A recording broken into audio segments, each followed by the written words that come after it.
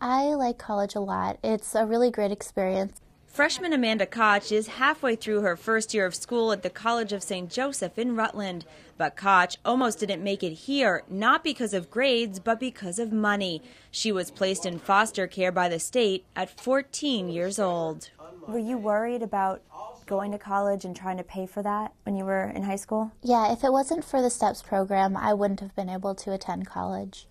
It would have just been too expensive. There's no way that I would have been able to go. STEPS is a program called Students Taking Effective Paths to Success. It's a scholarship program that also offers year-round housing and counseling to students transitioning out of foster care. For Koch, the program covers almost all of her $17,000 a year tuition. And what did you think when you heard about it? I thought that it was too good to be true. I thought that there was definitely going to be some kind of catch to it, or something that you needed to do to be able to be in the program other than being a foster child. But there is no catch. The STEPS program was designed for foster kids after a state task force met to look at and try to solve some of the challenges foster kids face when they transition from state custody into the world. Statistics from the national group Casey Family Services found after 4 years of leaving state care, less than half of kids had secured a job. 1 out of 4 who age out of foster care were homeless at least one night, and 1 out of 3 struggle with depression and substance abuse. And what we discovered is that many of the students who had an interest in going to college had a very poor record of success, that typically students transitioning out of state custody are underemployed or unemployed. Many end up being incarcerated. The ones that try post-secondary education typically do not complete. They do not succeed. After hearing the problem, the State Department of Children and Families and the Vermont Student Assistance Corporation decided to start a pilot program with a college. St. Joseph's president Frank McGlory said the small Catholic school jumped at the chance to help foster kids. We were immediate in our response, and it was kind of interesting because we didn't have to do a feasibility study or any analysis in terms of cost-benefit. When I heard about this population and the issues that they were facing, it resonated completely with our mission, this notion, and our notion or our charge to make sure that we provide access to people that are interested in higher education, and this was a perfect opportunity.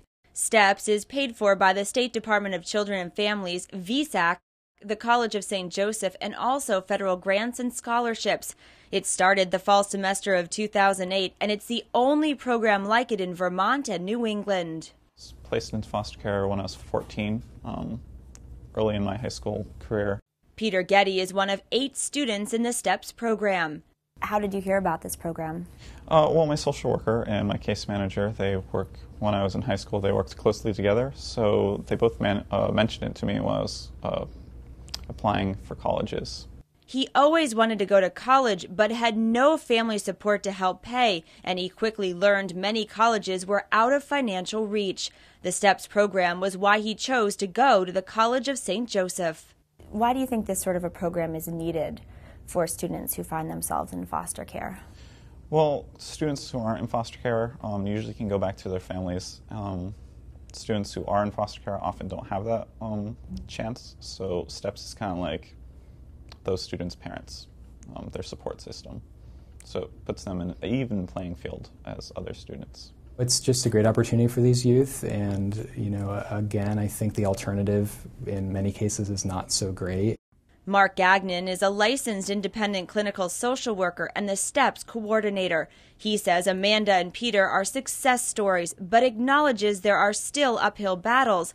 Only about half of the foster kids who start college here will finish. We, every year, probably will continue to lose students.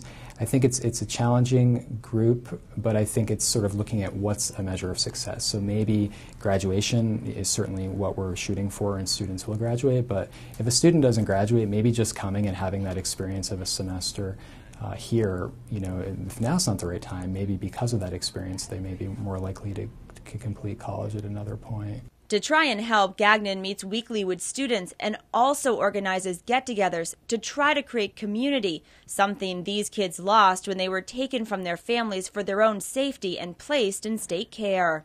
Another thing that the College of St. Joe's does for the STEP students is when your birthday comes around, or Christmas or Thanksgiving, they always do something special for each STEPS child because they're trying to fill that void for family. The transition that you see from youth, coming in with their heads down, really no beliefs that they can do anything, to contributing to society, to giving back, to working, to doing internships, to really getting a sense of who they are and what they can be, and that's pretty transformational, I would say.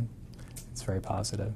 So in an interesting way, almost ironically, the social service and the educational service we're providing to these young people so that they can be successful college graduates also has an economic benefit in that these will be people going into the labor pool as entry-level professionals. They will not require state subsidies to survive. They'll be self-sufficient, independent, and hopefully successful in their professional careers. This, to me, has a tremendous economic benefit to the state. A program trying to help students fulfill their career dreams no matter their background.